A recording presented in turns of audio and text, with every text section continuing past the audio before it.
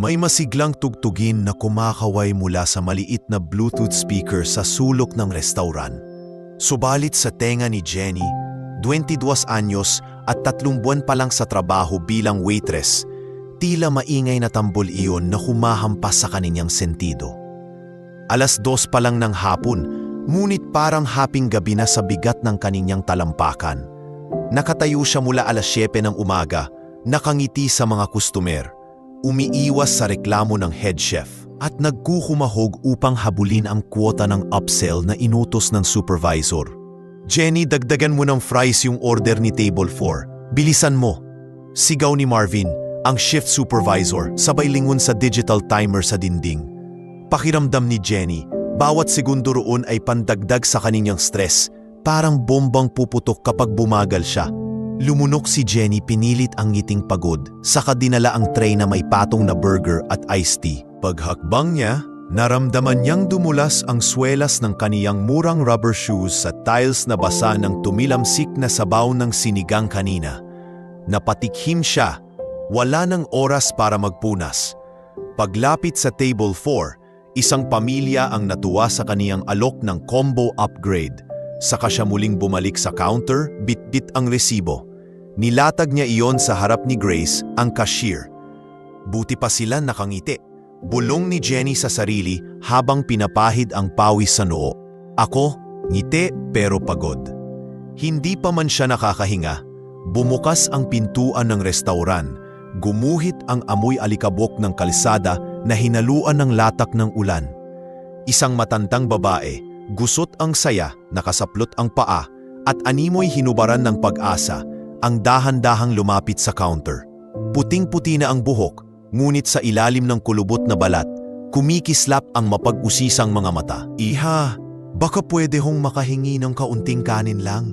Gutom na ho ako." Mahinang sabi ng matanda, halos pabulong parang takot maitaboy. Hawak niya ang isang sirang payong na hindi na mailabas at makapal na plastic bag na puno ng basahan. Napatigil sa tipa ng POS machine si Grace. Inisip niyang tumawag ng guard. Si Jenny na noon ay nag-iingat na huwag maglaglag ng baso sa katiting na lakas na lang ng kaniyang pulso, ay napairap. Sa loob-loob niya, "Eto na naman, istorbo, bawal dapat yan." Sa corporate orientation nila, 1 linggo pa nang ang nakaraan. Malinaw ang protocol, no soliciting, no vagrants. Kapag may pulubi, tawaging ang guard, ilabas agad para hindi maasiwa ang customer at manatiling premium ang ambiance. Ngunit may kakaibang lamlam ang boses ng matanda na tumimo sandali sa puso ni Jenny. Parang alo na saglit na sumagi sa paa bago mawala. Sa mismong saglit ding iyon, dumaan sa likuran niya si Marvin. Bit-bit ang clipboard. "Jenny, pakitapon naman yan sa labas. Kung ayaw umalis, you know the drill." Malamig na utos nito, saka muling binilugan ng pulang pentel pen ang isa sa mga kulang sa checklist. Sa dulo ng ice row, nakapirme ang CCTV. Nakatingin, naghihintay ng maling kilos. Humigpit ang hawak ni Jenny sa basong may natirang tubig na hiningi kanina ni table 2 na di man lang niya nasingil ng refills. Sa isip niya, kung bibigyan ko, masasabon ako. Kung papalayasin ko, baka matawag akong masama. Pero rules are rules. Tingapik ni Grace ang braso niya. "Sis, pwede bang ikaw na bahala? Baka ulitin ng guard yung ginawa niya kahapon. Binulyawan yung mga awit sa labas. Daming customer na offend." Huminga ng malalim si Jenny, lumapit sa matanda, at sa titig ay nagpahiwatig ng pagtanggi. "Nay, bawal po talaga mag-alms dito sa loob, pasensya na po."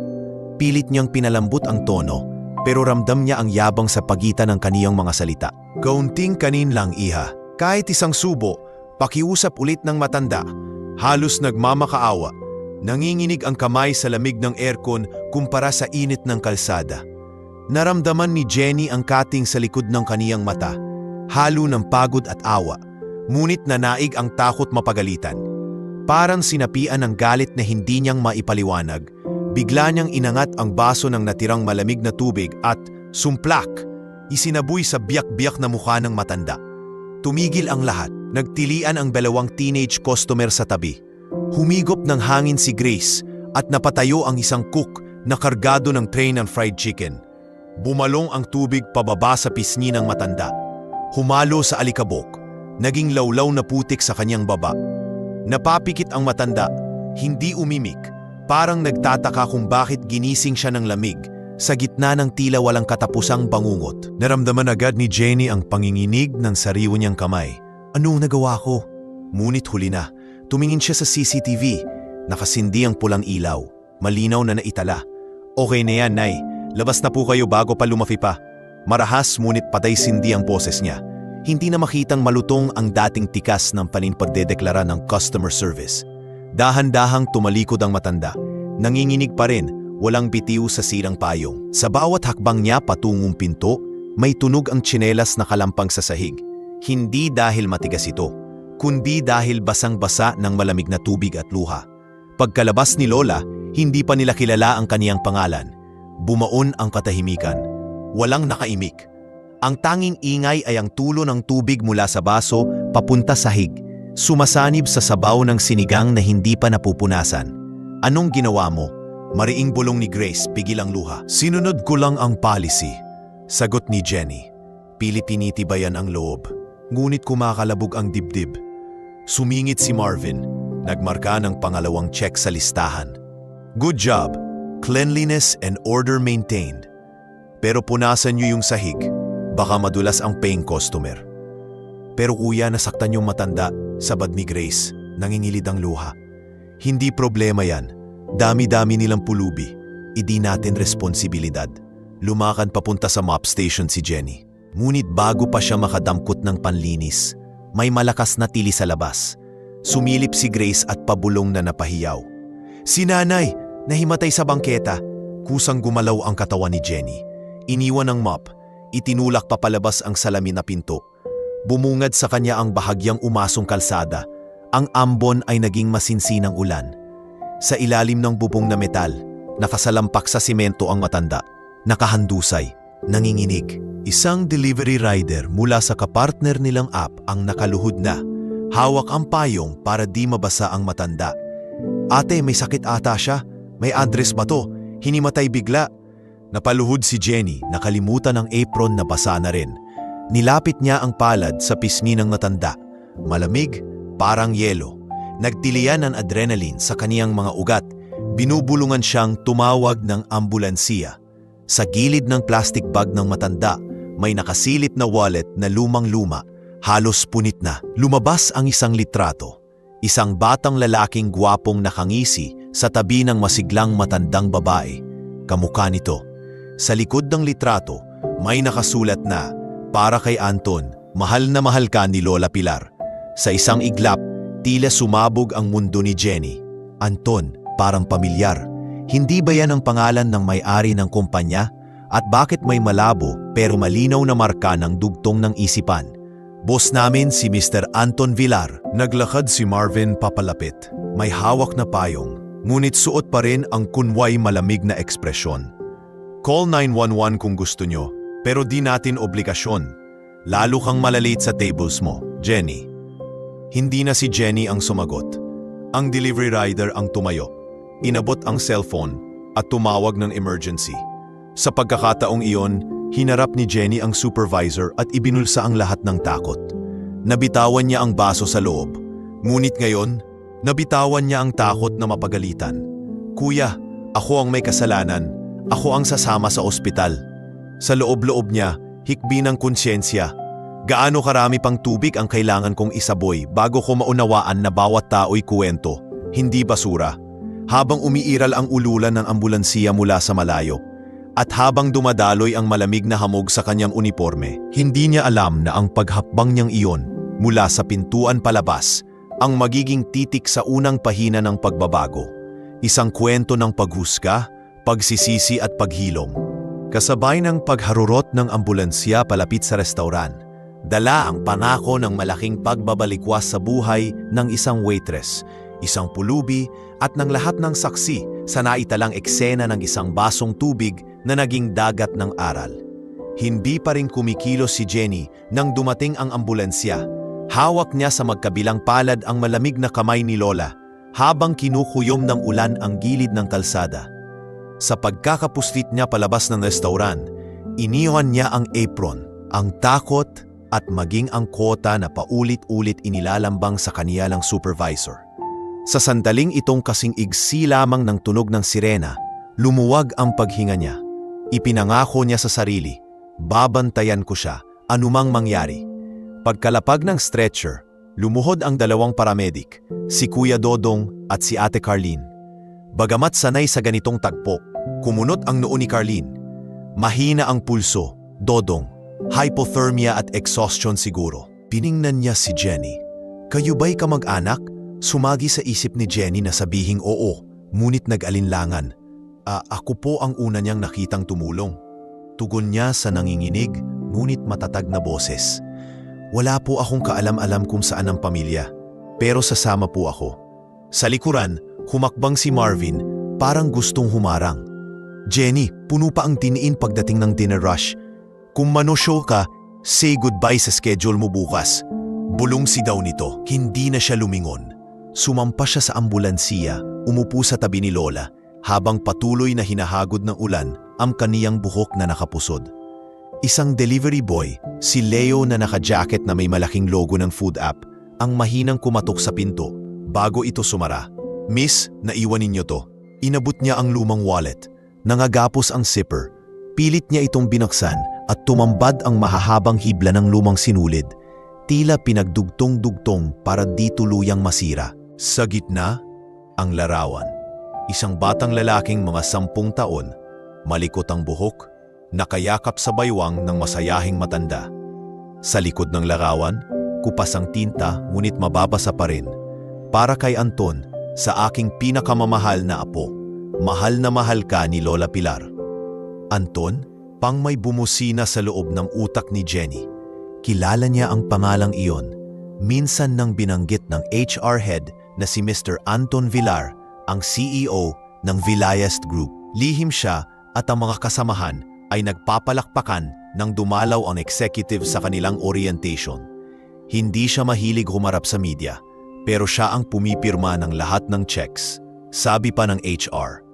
Napanganga si Jenny noon, ngayon nangatog ang labi niya. Posible bang?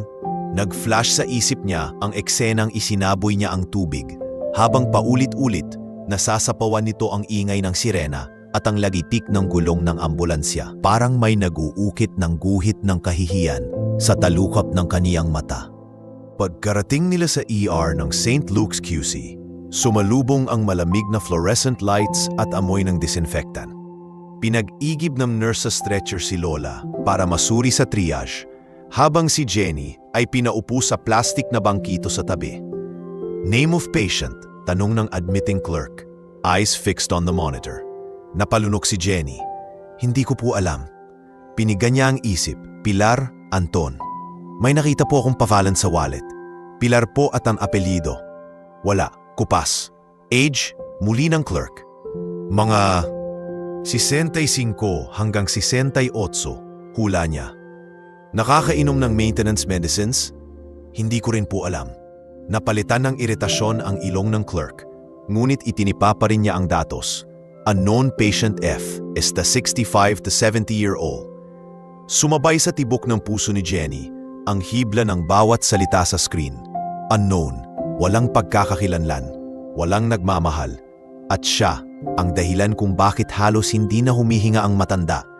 Siyang dahilan kung bakit si Lola, marahil sa unang pagkakataon, ay naging walang pangalan.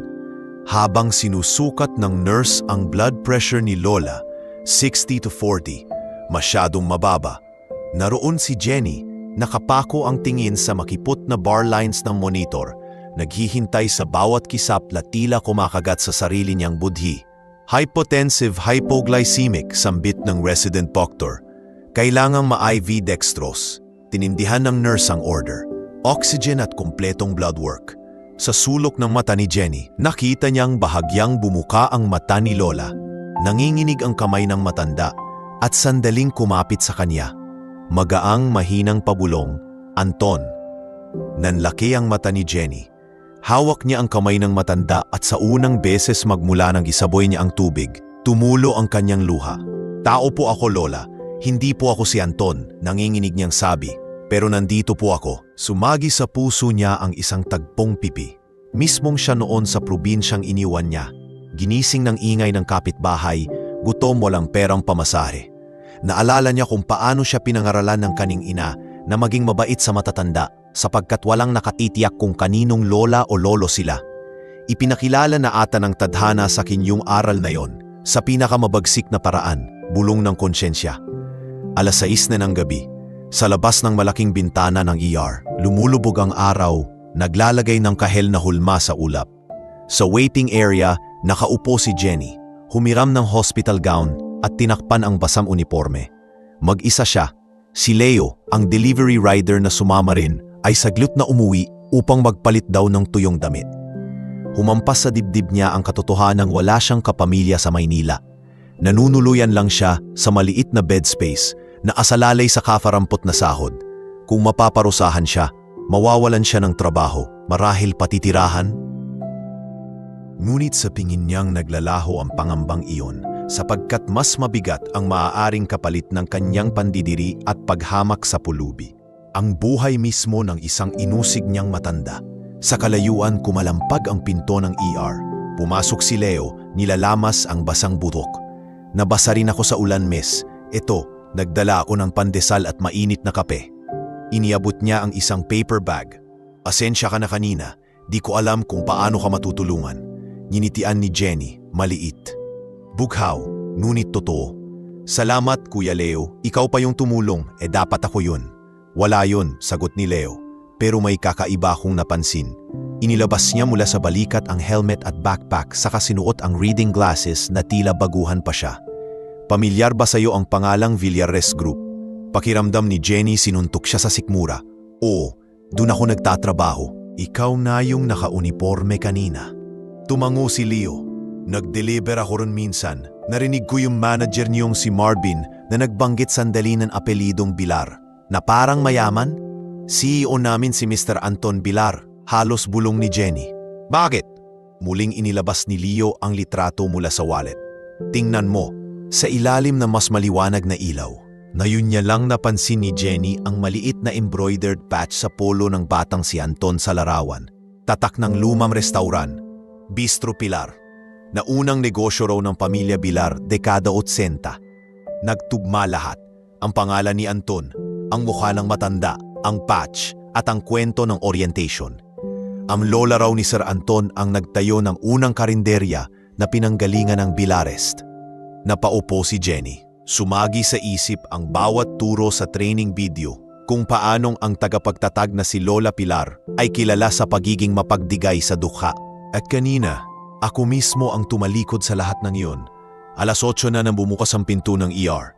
Saglit na natigilan ng mga nurse at dumaloy sa hangin ang banayad ngunit may otoridad na paghakbang ng isang lalaking nakaitim na suit, bahagyang basa sa balikat ng ulan.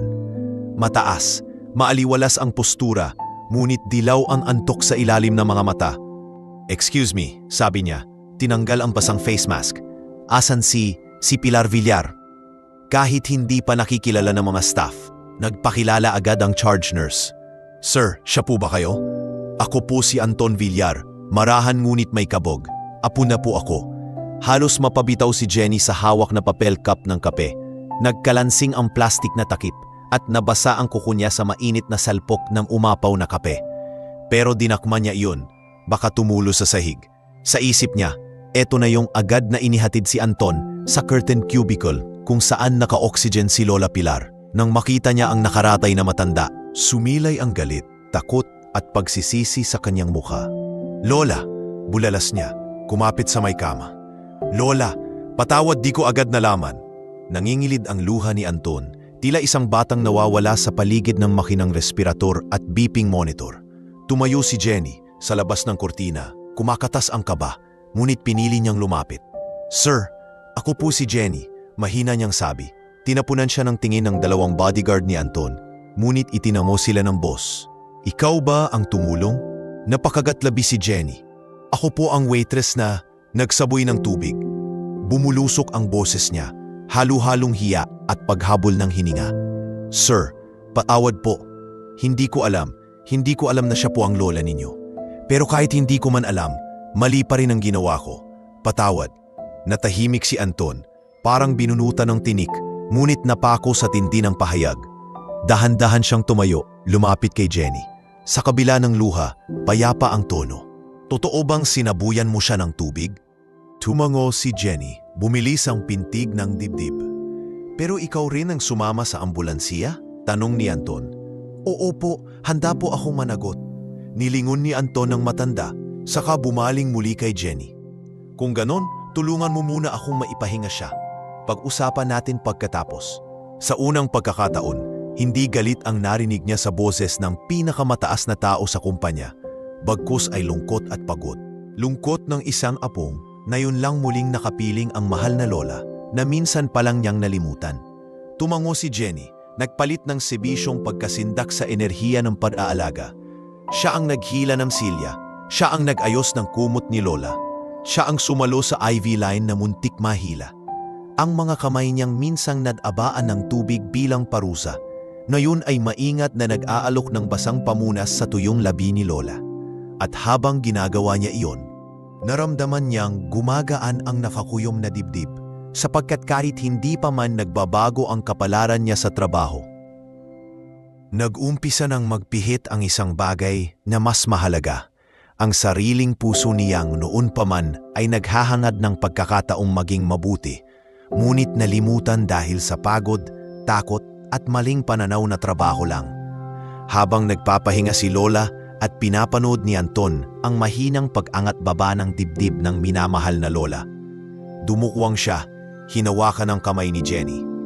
Miss Jenny, kailangan pa nating alamin ang medical history ni Lola. Baka may Alzheimer siya. Pero bago ang lahat, salamat sa pagsama. Napalunok si Jenny, parang may bunto ng buhangin sa lalamunan niya. Sir, kahit paano, sana gumaling po si Lola. Patawarin niyo ako. Ipagpatuloy na lang natin ang pag-aalaga kay Lola. Mahinahong tugon ni Anton. Nasa ospital na siya, ligtas na siya rito. Pero kailangan kong malaman ang buong nangyari para maproteksyonan siya at makita ko kung paano kami nagkulang bilang pamilya. At tumigas siya bahagyang tumuwid para maitama rin kung may pagkukulang kami bilang kumpanya. Bahagyang nagkibit ang balikat ni Jenny, ngunit nagtama ang kanilang mga tingin at nagsimulang magsalita si Anton. Hindi na ako magagalit. Hayaan mong sa susunod na kabanata na natin pag-usapan yan. Ang mahalaga ngayon, buhay si Lola. Sa likod ng ER curtain, kumurap si Lola at sa inaakalang panaginip, winika ang madalas niyang sabihin daw noong malusog pa siya. Anton anak, laging mag-ingat sa kapwa. Ang respeto ay hindi inaawit sa tagumpay, kundi iniiyak sa oras ng kabiguan. Nagbalikwas ang luha ni Anton at sa huling bugso ng gabi, ipinagdasal niya kasama si Jenny at Leo na sana patuloy na umagos ang pagpapagaling. Hindi nila alam kung ano ang susunod, reklamo, suspension o isang mas mabigat pang leksyon. Ngunit sa gabing iyon, sa pagitan ng kislap ng fluorescent light at ulos ng ulan sa labas, may tumubo ng bagay na mas mahalaga kaysa takot. Ang katotohanang lahat sila may puwang pang magbago. At habang kinukunan ng nurse si Lola ng CT scan schedule, narinig ni Jenny ang mahiwagang tunog ng printer na naglalabas ng patient wristband.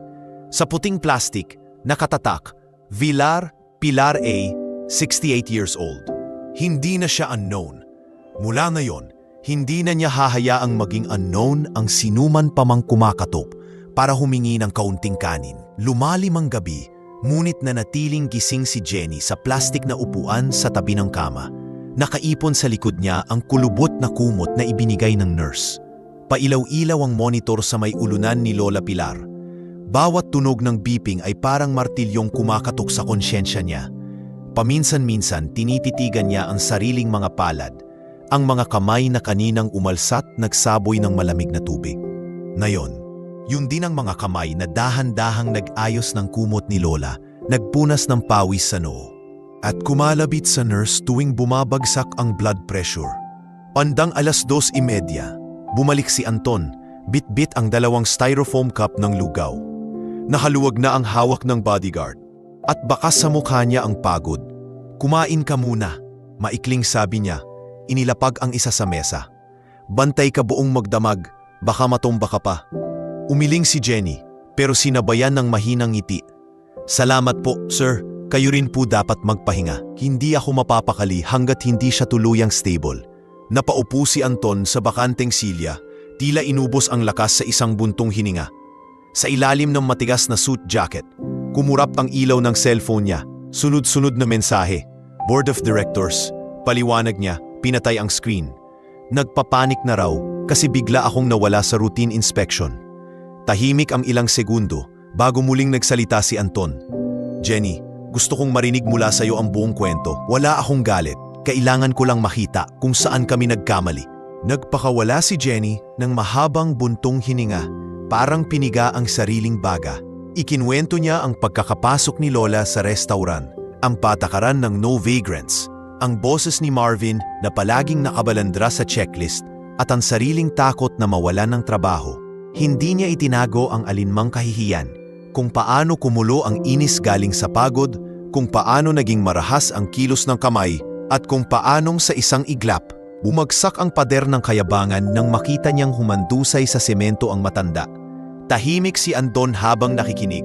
Nakatungo ang ulo, nakapulupot sa daliri ang wristband ni Lola. Nang matapos si Jenny, bakas sa anyo niya ang bigat ng lahat ng salitang sumiksik sa loob ng silid.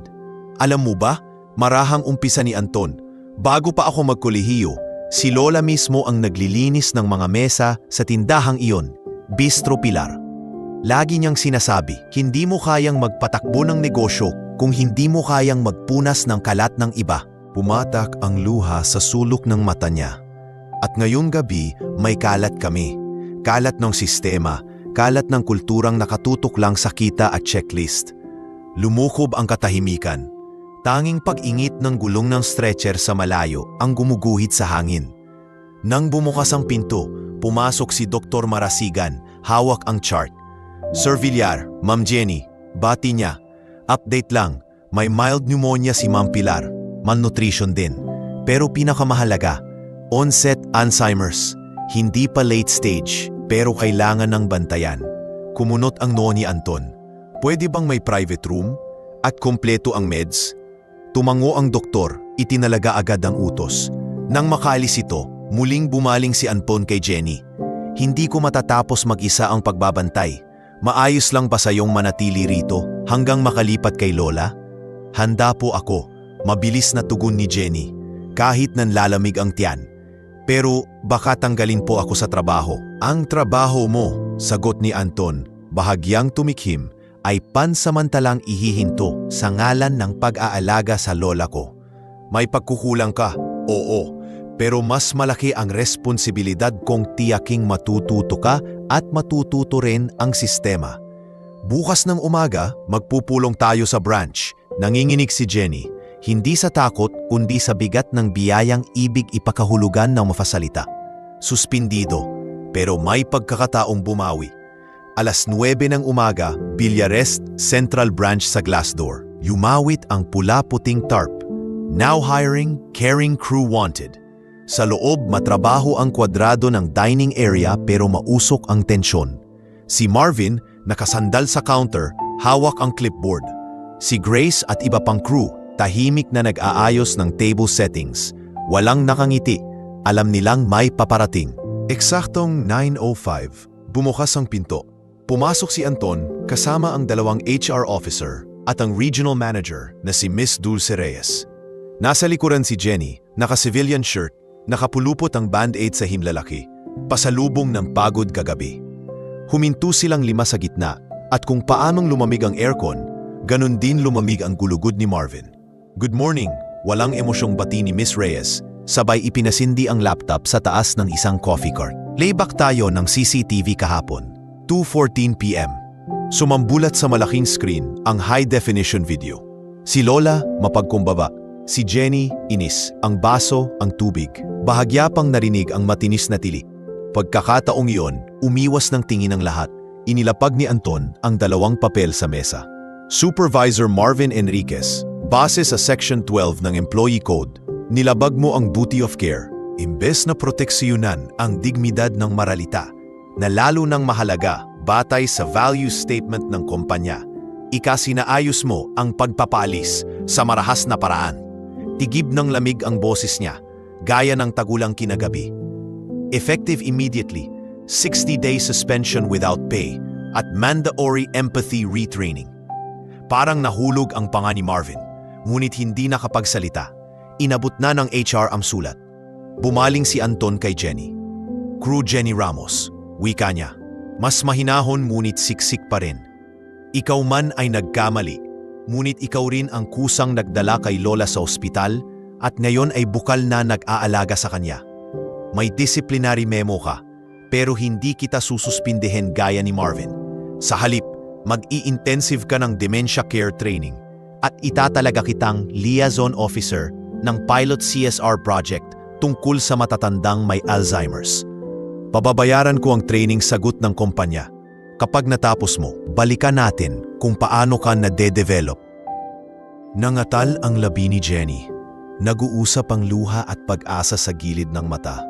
Maraming salamat po, sir. Pinindot ni Anton ang remote. Nag-flash sa screen ang bagong ops plan, Project Pilar, free meals and memory cafe for street seniors. Ipinaliwanag niya sa buong crew na bawat branch maglalaan ng 2 oras sa isang linggo na bukas sa maralita, lalo na sa mga may demensya. May simpleng briefing sa mga customer upang maintindihan nila ang layunin. Tahimik sa unang sandali, ngunit nang matapos, pumalakpak si Grace, mahina, nahihiya. Sinundan siya ng isa pang server at isa pa hanggang bumuhos ang marahan, ngunit tapat na palakpak ng buong tauhan. Maliban kay Marvin na hawak pa rin ang papel, nangingilid ang hiya. Habang lumalabas si Anton, tumingala si Jenny sa signage ng kumpanya. Sa unang beses, hindi niya nakita ang logo bilang ordinaryong sweldo. Nakita niya itong sagisag na pwedeng gawing tunay na tulay ng malasakit. Gabi, Private Room 712, St. Luke's. Pinasok ni Jenny ang tray na may sabaw, tinapay at klorera ng maliit na sampagita. Pinulot niya kanina sa bangketa at pinamili ng bulaklak na tinderang kilala niya. Si Lola, nakasandal na sa unan, may NG tube pa. Ngunit mas maaliwalas ang pisngi. Tumulong ang nurse na tanggalin ang oxygen, pansamantalang stable. Nay, mahinang bati ni Jenny. Mainit-init na sabaw po. Inalalayan niya ang tasa sa bibig ni Lola na patingin ang matanda sa kanya. Bakas ang pagkalito. Ngunit naroroon din ang parang kisap ng pagkakakilala. Anton, bulong niya. Ngumiti si Jenny, pinisil ang kamay ng matanda. Hindi po, Lola. Ako po si Jenny, kaibigan ni Anton. Mapapasyal po siya mamaya. Bahagyang kumunot ang noo ni Lola, ngunit hindi na nagpumilit. Tinikman niya ang sabaw. Biglang naluha ang matanda, tila nanumbalik ang alaala ng sinaing nalugaw niya noon para sa apo. Gumuhit ang luha ni Jenny. Ito na marahil ang pinakatahimik ngunit pinakamatunog na patawad na matatanggap niya.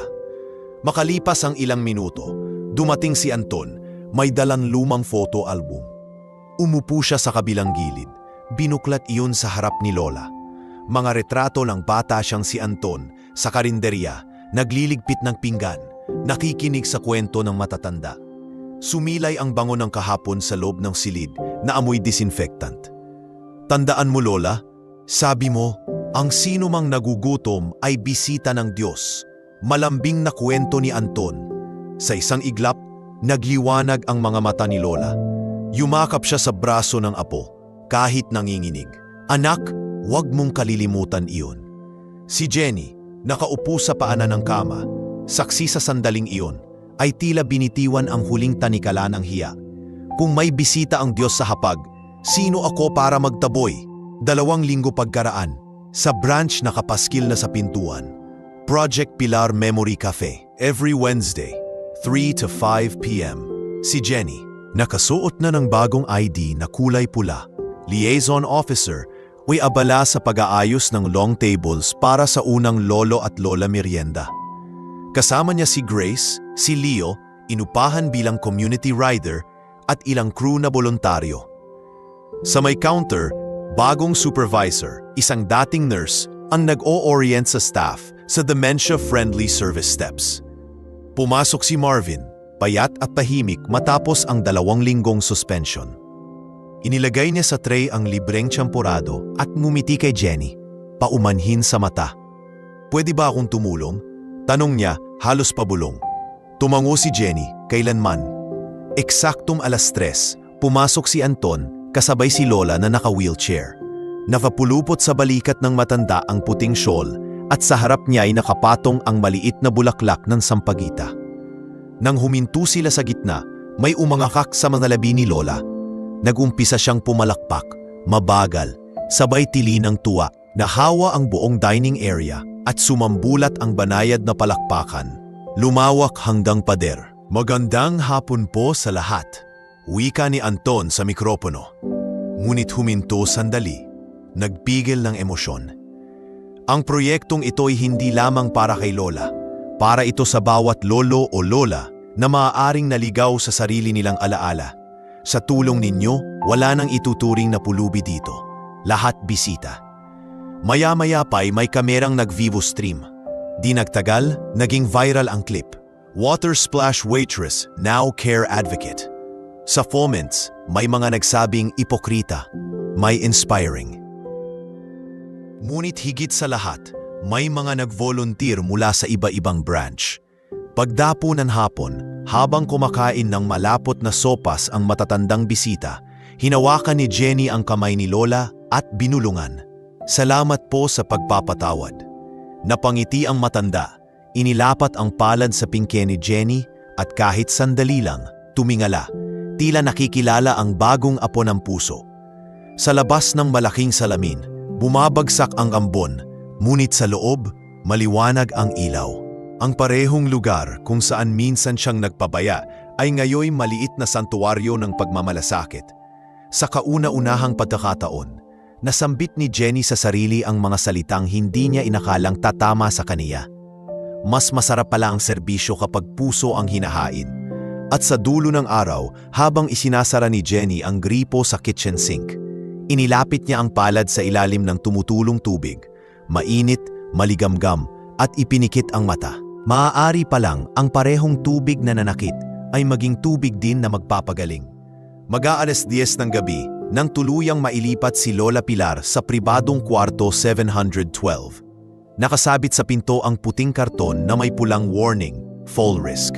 Sa tabi ng headboard, kumikindat pa rin ang monitor sa ritmo ng malamlam na pintig ng puso niya.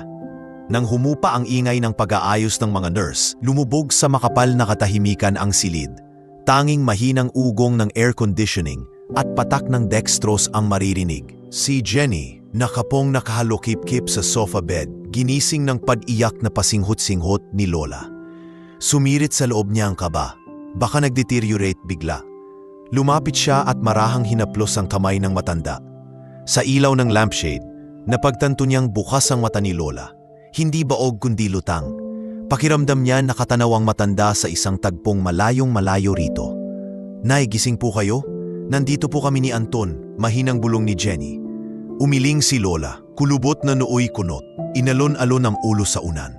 Bakit, wala ka sa kusina, Pilar? Bulalas bigla ni Lola sa sarili niyang pangalan. Boses ng dalagang tila napapagalitan. Napaigdad si Jenny, napatayo si Anton mula sa hintayan sa sulok. Lola? Lapit niya, hawak ang album sa kaniyang kandungan. Ngunit sa halip na kilalanin siya, tumingin si Lola kay Jenny, para bang si Jenny ang batang apo at si Anton ang estranghero. Iha, nasunog ang sinaing. Ay Diyos ko, mapapagalitan ako ni nanay. Patuloy ng matanda, nanginginig na kumakapit sa damit ni Jenny. Ramdam ni Jenny ang paggapos ng tela sa balikat niya, parang gapos na rin iyon sa kaniyang puso. Tinapik niya ang likod ni Lola, ginaya ang malambing na tono. Ayos lang po Lola, lutuin po nating muli. Pinagpas ni Anton ang luha sa pisngi bago pa bumagsak.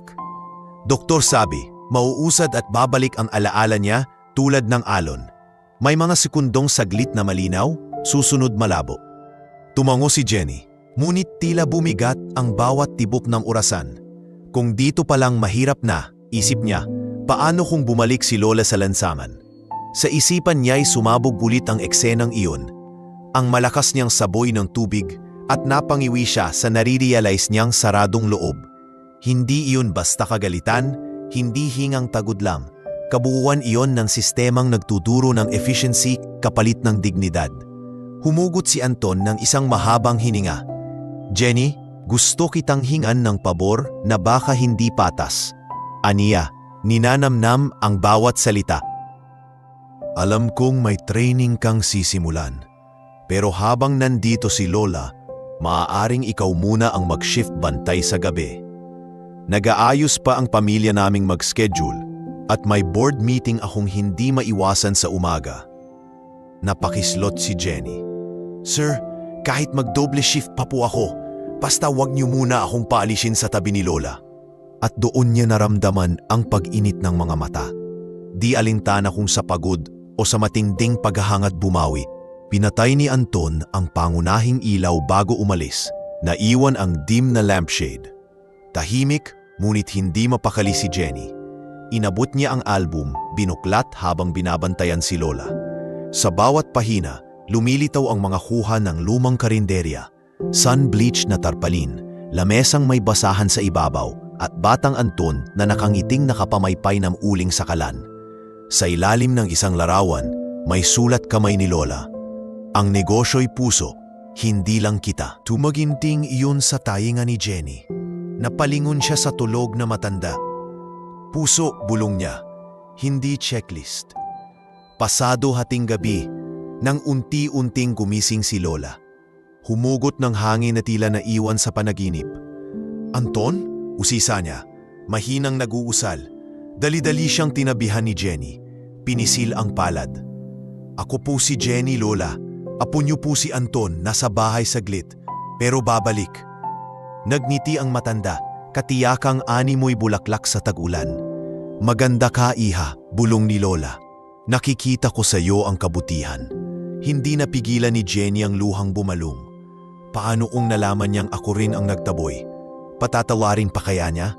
Ngunit sa mismong sandali, pumikit si Lola, nakangiti at muling nilamon ng antok. Sa pagitan ng maiksing idlip, napanaginipan ni Jenny ang sariling bit-bit ang pitsil. Pero sa halip na tubig ang nasa loob, gatas ito na iniabot niya sa hanay-hanay na pulubi sa gilid ng kalsada. Tuwing may makakakuha, nagiging bata ang pulubi. Nag-aanyong si Anton na musmos, hanggang sa mapuno ng mga batang Anton ang lansangan. Nagtatawanan. Nabising siya sa sariling hingal at napagtantong basang-basa ng luha ang pisngi. Sisingil talaga ang budhi hanggang matuto ako. Bulong niya, sabay punas at kinumusta ulit ang vitals ni Lola. Pagsikat ng araw, dumating si Grace at si Leo na may dalang pandesal at mainit na tsokolate. Laking gulat ni Jenny. Hindi utos yon ng sinuman. Kusa silang nagpuntang ospital. Gusto naming makita si Lola Pilar, sabi ni Grace, hawak ang maliit na papel na may prayer intentions ng buong crew. At gusto naming makiusap sa'yo, turuan mo kaming ginagawa mo. Ginagawa ko? Kunot noo ni Jenny. Nagbabantay lang ako.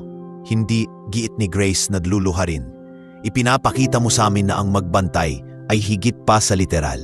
Iyon ang gusto naming matutuhan. Kaya kapag nag-roll out na ang Project Pilar sa iba pang branch, ready kami. Namangha si Jenny. Parang tinapyas ang takot niya sa unang training. At bigla niyang naunawaan ang sinabi ni Anton kagabi na ang pagbabago'y hindi eksklusibo sa memo, kundi sa kilos na isinasabuhay araw-araw. Bumalik si Dr. Marasigan bandang 10:00. Magandang balita, wika niya matapos silipin ang chart. Tumataas ang BP at blood sugar. Responsive na si Ma'am Pilar kapag tinatawag. Napatitig si Grace at Leo kay Jenny. Namilog ang mga mata. Parang may pangku-pangku sa dibdib. Nginitian ng doktor si Jenny. Mabisa ang bantay mo, iha. Pero mas mabisa ang suporta ng pamilya. Kailan darating ang iba? Pinaproseso pa, Dok. Sagot ni Anton, nakararating lang. Nakabihis pa ng bagong suit, pero bakas ang puyat. Karamihan nasa probinsya, pero ako ang bahala ngayon. Inapik ni Dr. Marasigan ang balikat niya. Siguruhin niyong nagpapahinga rin kayo. Alzheimer's care is a marathon, not a sprint. Tumango si Anton. Sinipat si Jenny. Kung papayagan mo, mag-day off ka bukas. Matutulog si Lola ng marami habang naka-antibiotics. Sa Lunes, training mo na for dementia care. Parang nabunutan ng tinik si Jenny, ngulit umiling. Sir, tatapusin ko muna kahit isang gabi pa rito. Gusto kong makasiguro bago ako sumabak sa training. Kinahapunan, dumalaw si Marvin. Mukhang patang-pata, dala ang bouquet ng chrysanthemum. Hindi niya maisubo ang salita hanggang si Jenny na mismo ang nagsalita. Kuya, pumasok ka. Sa loob ng kwarto nakaharap si Marvin kay Anton. Sir, alam kong hindi sapat pero humihingi po ako ng tawad. Mas inisip ko ang numbers kaysa tao. Aniya, nanginginig. Handa po ako magsimula sa pinakababa kahit dishwasher. Tinitigan siya ni Anton ilang segundo bago nagsalita. Kailangan naming ng mga taong marunong maglinis. Hindi lang ng plato, kundi ng paniniwala nilang mali. Simulan mo sa volunteer hours dito sa Memory Cafe. Pagkatapos, mag-aral ka ng basic caregiving. Pagbalik mo, pag-uusapan natin. Tumulo ang luha ni Marvin at bumulong ng pasasalamat. Sa puntong iyon, hindi lang si Jenny ang nakadama ng paglaya, pati si Marvin nakatikim ng unang lunas sa konsyensya. Pagsapit ng dapitapon, nakatulog si Lola ng mahimbing. Ngunit bago iyon, nagising siyang mulat at tila muling nakilala ang silid. Tinawag na si Anton, hinawakan ng pisngi nito. Anak, bakit ganyan ang mata mo? Para kang di natutulog. Mumiti si Anton, naglalim ang boses. Babantayan kita, Lola. Tumawa si Lola, kislot ngiti na parang bata. Natandaan mo pa ba ang sabi ko? Kung may taong kumakatok, bigyan ng tubig, pero huwag isaboy. Napanganga silang lahat. Si Jenny lalo na, at kahit nakapikit si Lola. Nag-uumapaw ang saysay ng salita. Tila hinaplos ng alaala ang lahat sa silid at dumampi iyon na parang basbas sa mga puso nila. Habang unti-unting nagdidilim ang langit, pinunasan ni Jenny ang napitirang tubig sa mesa. Hindi na ito mula sa basong isasambulat, ito'y maligamgam na pamunas sa noo ni Lola. Sa bawat hagod ng tela, pakiramdam niya'y nabubura rin ang malupit na bakas ng kahapon at pinapalitan ng bagong linya, isang pangako ng mas makataong bukas. Sa labas, binubuksan ng crew ng branch ang mga kahon ng bagong aprons na may nakaburdang maliit na bulaklak ng sampagita, alaala ni Lola at simbolo ng diwa ng proyekto. Sa loob, kinindatan ni Anton si Jenny na para bang nagsasabi, hindi pa tapos ang laban pero maganda na ang simula. Hindi pa man sumasayad ang unang sinag ng Lunes sa harapan ng Villarest Central Branch, naroon na si Jenny. Nakasuot ng bagong polo na kulay abong, may burdang sampagita sa dibdib, ang opisyal na uniforme ng Vakalahok sa pilot training. Kasabay niyang dumating si Leo, bitbit ang nakasupot na pandesal para sa mga matatanda sa hospice center na unang madadalaw nila. At si Grace na kumakaway mula sa tricycle, dala ang thermos ng mainit na salabat para hindi sila lamigin sa biyahe. Hindi kalayuan nakita nilang pumaba si Marvin mula sa jeep. Wala na ang dating tika supervisor. Magaan ang kanyang hakbang, parang estudyanteng unang araw sa klase. Good morning, bati ni Jenny, pilit na hindi ipahalata ang kaba. Ready na ba kayo? Ready nang mag-aral, sagot ni Marvin. May halong hiya sa tinig. Salamat sa pagkakataon, Jen. Hindi ako lang to, natatawang sagot niya. Kasama natin buong crew. Sa loob ng function room, sinalubong sila ng tagapagsanay na si Nurse Lian. Mahaba ang karanasan niya sa geriatric ward.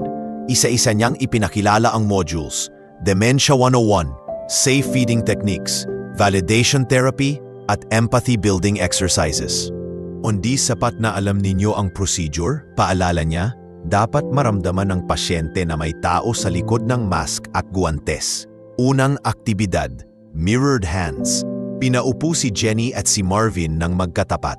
Paulit-ulit na ipinahihipo ang palad sa isa't isa, sabay kuha ng pulso, hanggang maramdaman nila ang ritmo ng puso ng kapareha. Mahirap sa una, parang nakakailang kilatisin ang pinig ng dati mong boss o dating crew. Ngunit kalaunan, naging tahimik ang paligid. Napansin ni Jenny na bumagal ang tibok ni Marvin, tila bumibitaw mula sa tensyong pagkakamali. Sa sandaling iyon, humupa rin ang sariling bigat niya, parang lumalabas sa butil-butil na pawis ang natitirang hiya. Bago magtanghali, sinabak na sila sa hospice center malapit sa EDSA. Una nilang nakita si Mang Victor, dating buro sa agham, nakaupo sa wheelchair habang ine-examine ang lumang pocket dictionary na punit-punit na ang paina. Tumango si Nurse Liane kay Jenny, hudyat para umpisahan ang validation therapy. Lumuhod siya sa tabi ng upuan. Mag-practice tayo, Jen. Bulong ng tagapagsanay. Hindi mo ko kumbinsihin si Mang Victor na mali ang taon. Sasakyan mo ang alaala niya at doon kahahabi ng ugnayan. Umiling si Jenny, kinakabahan. Sir, anong hinahanap niyo sa diksyonaryo?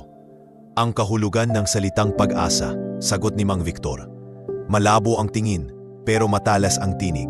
Yun ang assignment ko sa mga estudyante ko bukas. Grade 9 sila, mabibilis ang ulo. Saglit na nagtagpo ang tingin ni Jenny at Marvin. Hindi mo dapat itatama. Huminga siya ng malalim. Ang ganda po ng assignment, sir. Ano pong ibig sabihin ng pag-asa para sa inyo? Nagliwanag ang mukha ng matanda. Pag-asa? Anak, iyan ang parang ilaw kapag brownout. Kahit maliit sapat para makagalaw ka. Nagapatitik ang luha sa gilid ng mata niya. Agad inabot ni Jenny ang tissue. Buong ingat. Walang sablay na dantay sa balat. Sa likod isip, naninag niya ang unang gabi niya sa Maynila. Dumagsa sa isip ang sariling brownout na sintomas ng pangarap na hindi natiyak kung liliwanag pa. Kusa siyang ngumiti. Tama po kayo, sir. Kahit sa dilim, may ilaw. Sa isang sulok ng silid, pinagmamasdan ni Nurse Lian ang tagpo. Tahimik na tumango, tanda ng pasado. Si Grace, na nakaupo sa tabi ng ibang lola, nakiiyak na rin. Si Leo, nakatingin sa orasan, nagbilang ng susunod na schedule ng Deliver Bling sa app, pero hindi makaalis. Ayaw palampasin ang sandali. 3 araw matapos ang immersion, panahon na para sa soft opening ng Project Pilar Memory Cafe. 2:00 pa lang, puno na ang dining area. 15 luilot lola mula sa 2 charity homes ang unang bisita, kasama ang ilang caregiver at volunteers na nagtaglay ng bilaw na bandana bilang tagapag-asikaso. Si Jenny, naka-name tag na Jenny Caring Crew, ang helmsman ng operasyon, samantalang si Marvin, nakaputing apron, ang tumatanggap ng order sa counter, lugaw, sopas, malabnaw na kampurado at kape na half-strength para sa mga kailangang bantayan ang BP. Sa unang talahanayan, isang lola na maiksi ang buhok, si Luz, ang pinahira ni Grace ng moisturizer. Natuklasan nilang tuwing tuyo ang balat ni Lola Luz, sumasakit ang alaala niya ng digmaan at umiiyak siya. Sa likod, naglilibot si Leo, vlog camera sa kamay, nagdodokumento ng proseso para sa internal training video. Makikita ron ang crew na dati-rating takot madumihan ang kamay, ngayon nagbubukas ng beep apron para magpakain ng sabaw. Nagtatawa habang kumakanta ng Bahay Kubo para ipaalalang oras na ng gamot. Eksaktong 3:30 p.m., dumating si Anton, kasabay ang 2 sa Board of Directors. Si Mr. Uy, CFO, at si Ms. Alcantara, Head of Marketing. May bitbit silang media team, hindi pambalita, kundi sariling content unit para sa Social Responsibility Series. Hindi alam ng crew na may surprise audit na naman. Ngunit kakaiba ang dating ngayon. Hindi checklist ang hawak ni Anton, kundi isang folder ng kwento ng bawat residenteng matanda. Pinagtulong-tulungan ni Jenny at ng hospice staff na isulat. Pumara siya sa gitna, magaan ang pakikisalamuha. Halos kasing sarap ng halimuyak ng nilalamig na champorado. Kumusta kuya? Bai niya kay Mang Victor. Sumaludo ang dating guro. Gumagawa kami ng bagong kahulugan ng pag-asa. Wika ni Mang Victor, kislap mata. Tumawa si Anton. Mas maganda yan kaysa sa opisyal na definisyon. Sa dulong mesa, nakapwesto si Lola Pilar, nakasuot ng peach na cardigan. Kahit medyo malalim pa rin ang halo ng pagkalito, malinaw ang saya niya, kumakanta ng Pen-Pen de Sarapen habang pinapakain ni Jenny ng lugaw. Nang dumating si Anton sa tabi, kumurap ulit ang liwanag sa mata ng matanda at mas malinaw ang pagkilala. Anak, kumain ka na ba? Si Lola talaga. Natatawa ngunit naiiyak sa tuwa si Anton. Yumuko siya at hinalikan ang noo ng matanda. Sa gilid, tahimik na kinukunan ng kamera ang sandali. Hindi scripted, walang filter. Tunay na lamlam sa mata ng isang apo na mulit-muling natututong umibig sa taong minsan niya nang nasa isang tabi. Hindi nagtagal, Lumapit si Mr. Uy, CFO, pabilong kay Anton. Boss, maganda tong sinimulan mo, pero masalimuot ang ROI. 2 branch na raw ang nagrereklamo. Mababa ang table turnover tuwing memory cafe hours. Sila pumikit sa kita. Tumigas ang lalamunan ni Anton. Naghahanap ka ng ROI? Tingnan mo yun. Itinuro niya si Mang Victor. Nakatawa, nakikipagpalitan ng biro kay Marvin, na ngayon ay nagsisilbing human dictionary. Hindi lahat nasusukat sa sales. Pero sige, bigyan mo ako ng 1 buwan. Ipapakita ko sa board kung paano kumikita ang brand kapag pumipitas ng puso. Napakamot si Uy. Nagbuntong hininga. Mapipiga natin yan sa social media viewership, pero kailangan natin ng konkreto. Pumalakpak si Anton. Kaya nga may content unit at may planong gift a meal for Lola e-voucher. Lahat ng bibili nito online, equivalent meal pack ang pupunta sa partnered homes. Double revenue stream, CSR at sales. Napangiti si Uy. Yan ang gusto kong marinig. Habang nag-uusap sila, kumuha ng 3 chopsticks si Lola, ginawang drumstick sa mesa, at tumugtog ng tinikling rhythm. Napatingin ang lahat, nagtawanan. May biglang nagpalo kasama sina Jenny at Grace, ginawang palakpak. Sakto, umikot si Leo. Na-record ang eksena. Viral worthy raw, sabi niya. Matapos ang soft opening, nagstay si Lola sa restaurant ng halos 2 oras. Nang patapos na, lumapit si Jenny kay Anton. Sir, stable po si Lola, pero napansin kong kapag dumadami ang tao, napapagod siya. Baka kailangan nating bawasan ang decibel sa musika. Tumango si Anton. Proud na proud. Yan ang leadership, Jenny. Hindi lang sumusunod sa checklist, nag-uumpisa ng bago. Tinapik niya ang balikat ng dalaga. Handa ka na ba bukas? Ikaw ang magfe-facilitate ng branch rollout orientation sa North EDSA branch. Bumilog ang mata ni Jenny. Sir, ako? Hindi ba dapat si Nurse Liane? Siya ang konsultan, pero ikaw ang champion ng conversion. Ikaw ang kwentong gusto naming ikinukwento. Nilamon ka ng mali, bumangon sa tama, ngayon nagtuturo. Naglaho ang kaba niya. Parang tubig na dahan-dahang na-absorb ng lupa matapos ang isang buhos. Handa po, mariing sagot ni Jenny. Gabi na nang makabalik si Jenny sa inuupahang bed space. Pagbukas niya ng pinto, bumungad ang maliit na lamesang may kaisa-isang picture frame. Larawan niya at ng inang naiwan sa probinsya. Kinuha niya ang cellphone, tinawagan ng ina.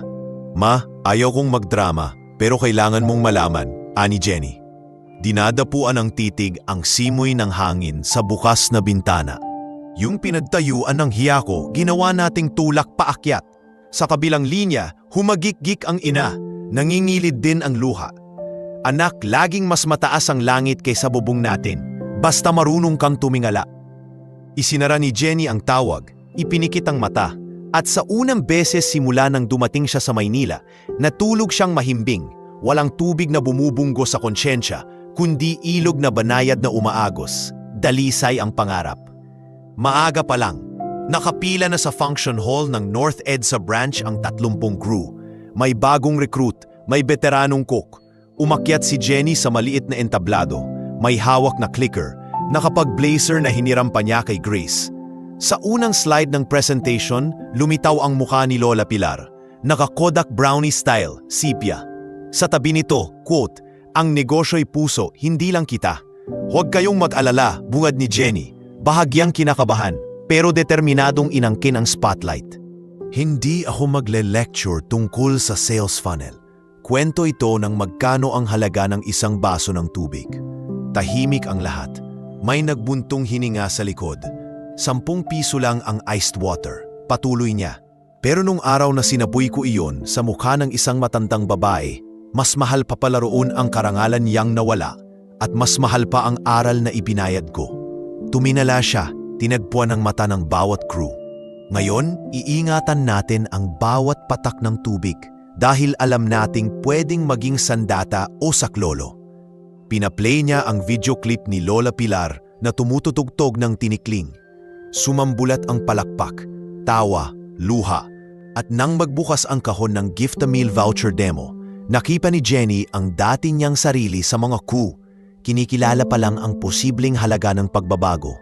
Nagpakawala si Marvin ng mahinang whistle, sabay thumbs up. Lumapit siya pagkatapos ng talk. Jen, mahigpit na hawak ang kape kung di mo mamasamain. Pwede ba kitang tulungan mag-facilitate sa South Branch bukas para makabawi rin ako? Napangiti si Jenny. Sama ka kuya, mas marami, mas masaya. At habang nag-uusap sila, dumating ang notification sa phone ni Jenny. Trending na sa social media ang hashtag Tubig na Pag-asa. Video ng memory cafe at kwento ng waitress na nagkamali pero bumangon. May libu-libong shares at comments, karamihan positibo. Ngunit may iilan ding negatibo. PR stunt lang yan. Ayaw naming mabawasan ang oras para sa paying customers. Dito napailing si Jenny.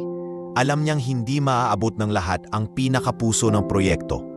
Pero tulad ng turo ni Nurse Lian, sasakyan mo ang realidad, hindi mo pipiliting baguhin agad. Samantala, sa bahay-opisina ng mga Villar, umuwi si Anton dalang bagong energy. Pinatira na niya si Lola Pilar sa guest room sa ground floor, may nurse na naka-roster. Bago matulog, dumungaw siya sa silid ng Lola. Pinuksan ang night lamp at nakita niyang nakangiti itong nakatitig sa kisame. Lola, mahal na mahal kita, bulong niya. Nanlambot ang tuhod niya nang marinig ang mahinang sagot. Anak, uminom ka ng gatas. Lumalakas pa sa trabaho. Tumawa si Anton at sa unang beses sa loob ng maraming taon, hindi niya dinala sa higaan ng pagod, kundi pasasalamat. Gabi, nakaupo si Jenny sa rooftop ng bed space. Tanaw ang makislap na ilaw ng EDSA. Hawak ang basong may kaunting tubig. Tumagaktak ang ambon. Pinanood niyang maghalo ang patak sa loob ng baso.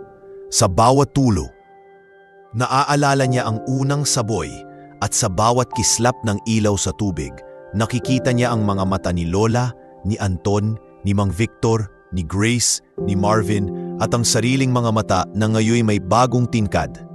Tubig na nakapagpagising sa hiya at tubig na nag-usbong ng pag-asa. Bulong niya, inugoy ng bahagya ang likido na parang kumakaway sa bituin. Ipinasya niyang simula ngayon, gagawin niyang panandang buhay ang tunog ng anumang patak. Paalala na bawat maliit na kilos ay may alon na gagapang sa buhay ng iba.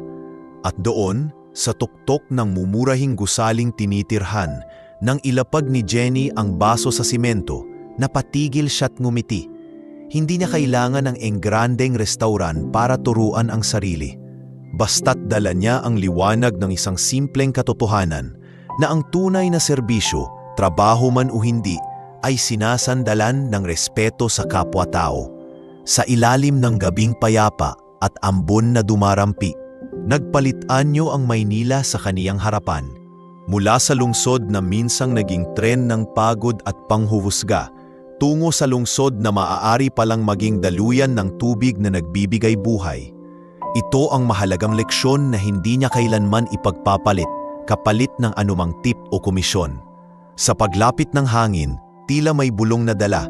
Sige anak, ituloy mo lang. At alam niyang tinutukoy siya ni Lola.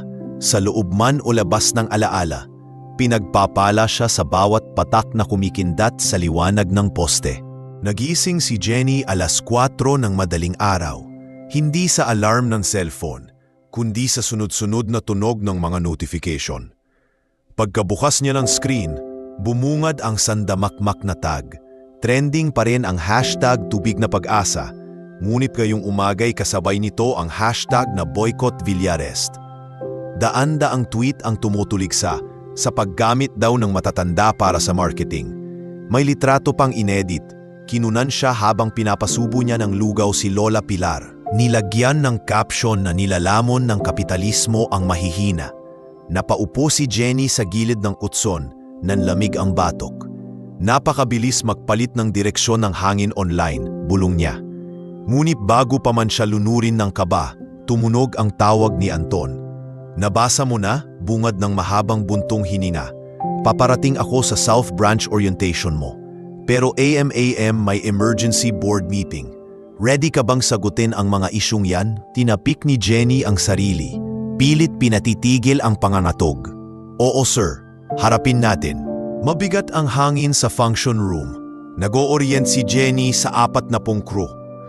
Nasa likod niya ang slide ng Project Pilar. Ngunit bago niya pa mang ilahad ang unang kwento, nagtataas na ng kamay si Krista, isang senior barista na kilala sa pagiging diretsyo. "Ma'am Jen," tanong nito, "paano kung may customer na ayaw maupo malapit sa matatandang may demensya?" May nagsasabi ng nakakatakot daw pag umiiyak bigla. Huminga ng malalim si Jenny. May karapatan silang magreklamo at tungkulin nating ipaliwanag kung bakit may memory cafe hours. Pero kung hihiling silang ilipat, ililipat natin. Walang pilitan. Pumikit siya sandali na alala ang sarili bago ang insidente. Magaspang, marahas. Hindi rin natin dapat i-shame ang ayaw. Kondisyon silang sanayin, hindi sa pilitang kumbinsihin. Tumango si Krista, ngunit dama pa rin ang tensyon. Para ipamalas, inanyayahan ni Jenny si Marvin na mag-demo ng calming script. Tinuruan sila kung paano kausap ang pasyenteng nagpapanik at kasabay na sinesettle ang naguguluhang customer. Nagsimulang lumuwag ang balikat ng mga tagapakinig. Kitang-kita sa kanila na kapag malinaw ang proseso, humuhupa ang takot.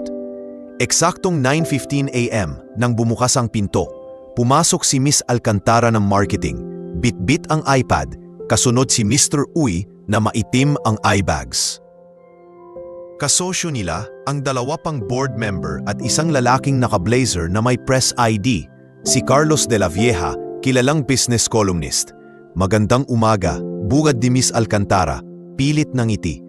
"Gusto lang naming makita ng first hand kung anong nangyayari rito at saan napupunta ang budget." Napatayo si Jenny. "Welcome po, nagsisimula pa lang kaming mag-roleplay." Hindi pa siya tapos, sumabat si Carlos. "Miss, kayo ba ang waitress sa viral video? Yung nanaboy ng tubig?" Diretso ang mikropono sa mukha niya. Nanuyo ang lalamunan ni Jenny, ngunit pinatag niya ang boses. "Ako po, at ako rin ang tumulog sa pulubing sinabuyan ko, na lola pala ng aming CEO. Dahil sa pagkakamaling iyon, nabuo ang programang ito." Tinaas ni Carlos ang kilay. May nagsasabing gimmick lang to para takpan yung abuso. Nagplay pa siya ng clip na may malisyosong caption. Kumurap ang ilan sa crew, tila gustong magwala.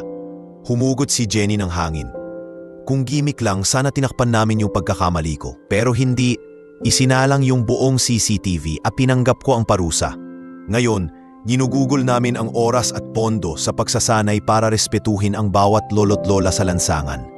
Hindi para kumita sa kanila. At kung kita ang tanong nyo," dinampot niya ang pointer, inilabas ang slide ng Gift a Meal a Voucher. 2,000 voucher ang nabenta sa loob ng 3 araw. Gross sales na 280,000 pesos. Kalahati roon direktang meal packs para sa 4 na charity home. May sukli pa ring profit para sa branch. Napalingon si Mr. Uy, tila nagulat. Hindi pa niya nakikita ang figure. Kinuha niya ang printout, nagmatematika. "Totoong kung tatagal ang traksyon," bulong niya. Carlos nilingon ng board member, saka humarap kay Jenny. "May desalination plant ba yang luha nyo?" Wala pa ring sagot ang mga kritiko, emosyon lang yan. Bago pa sumagot si Jenny, lumapit si Marvin, mahinahong kinuhang mikropono. "Sir," panimula niya, "ako ang supervisor na nagpuwersa kay Jenny manaboy ng tubig. Ako ang checklist guy. Kung gimmick to, ako ang dapat tinago. Pero heto ako, nakaharap sa inyo, humihingi ng tawad, nagre-retrain mula umpisa. Kasi kung hindi kami magbabago, wala talagang saysay ang proyekto." Napalunok si Carlos, may sandaling tumahimik. "Fair enough," aniya, bago tumalikod at nagsimulang mag-ikot upang kunan ng B-roll. Si Jenny, nainigan ang bahagyang paglamlam ng tensyon. Habang abala ang lahat, nakatanggap si Jenny ng tawag mula sa nurse ni Lola.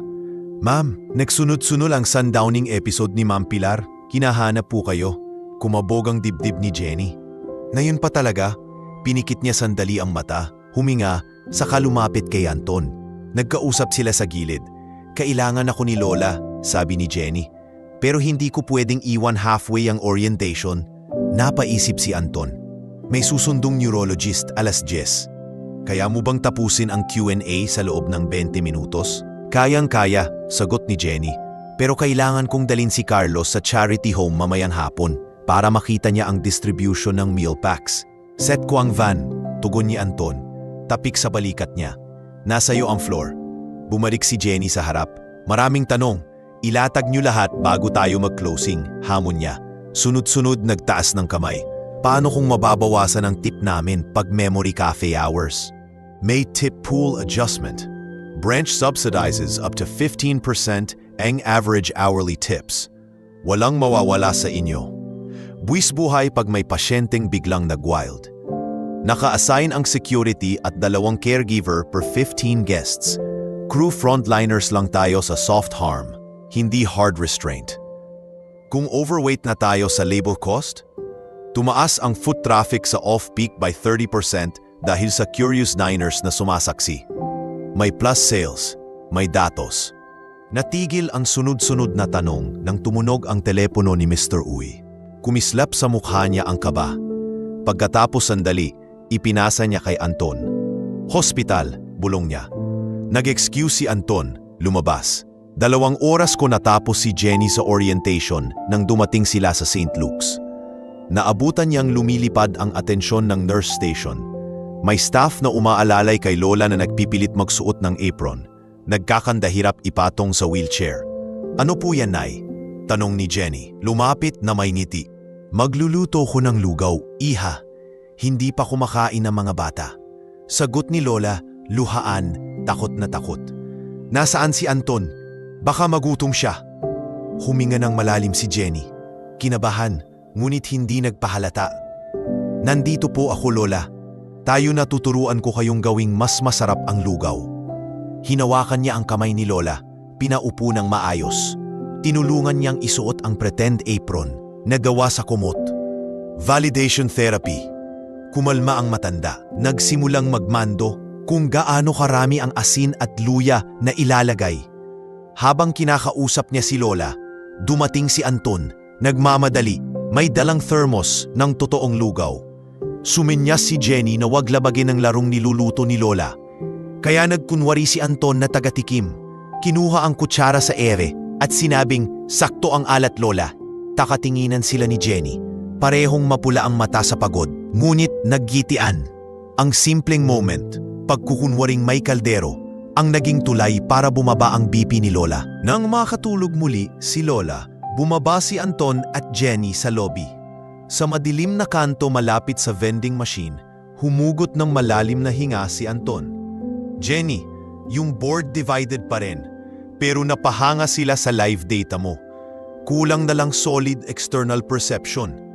Kung ma-convert natin yung columnist, malaking tulong. Tinapik ni Jenny ang sariling bag, pinakita ang schedule. Hinahatid namin siya sa bahay mapagmahal home for the aged mamayang 3:00. Makikita niya yung voucher-funded meals, actual patient stories. Tumango si Anton pero may pag-aalinlangan.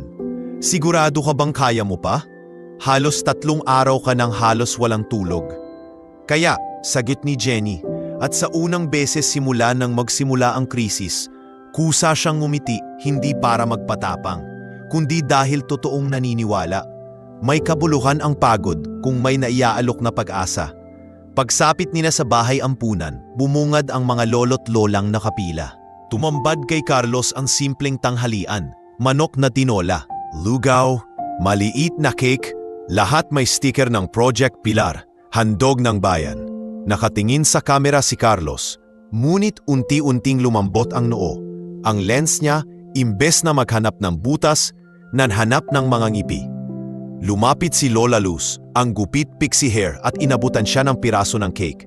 Anak, salamat. Sasama ka ba sa sayaw?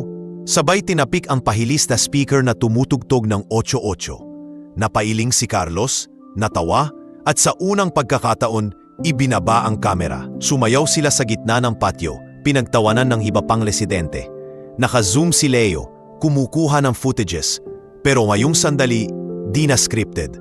Pagkatapos, hinila ni Jenny si Carlos sa gilid. Pinakita ang record book. 10 araw mula nang inilunsad ang voucher, nakapagbigay na kami ng 820 meals. Kasabay nito, may 18% uptick sa branch sales. Tinapik niya ang pahina. Hindi lang luha o emosyon, datos yan. Tahimik si Carlos. Hawak ang candy na iniabot ng isang lolo. Hindi ko akalaing ganito. Nilingon niya si Jenny, napakagat sa labi. Kung iuulat ko to, kailangan patas, lalabas din ang negative feedback. Pero ipapakita ko yung buong larawan. Yun lang po ang hinihiling namin, sagot ni Jenny, ang buong larawan. Bumalik sila sa Central Branch na abot-tenga ang pagod. Doon sinalubong sila ng malakas na palakpak ng crew. Nakaproject sa TV screen ang bagong article ni Carlos sa online news portal. Headline, mula baso ng tubig hanggang dagat ng pag-asa. Inside Villarrest's Memory Cafe. Kumislap ang mata ni Anton, binasa ang unang linya.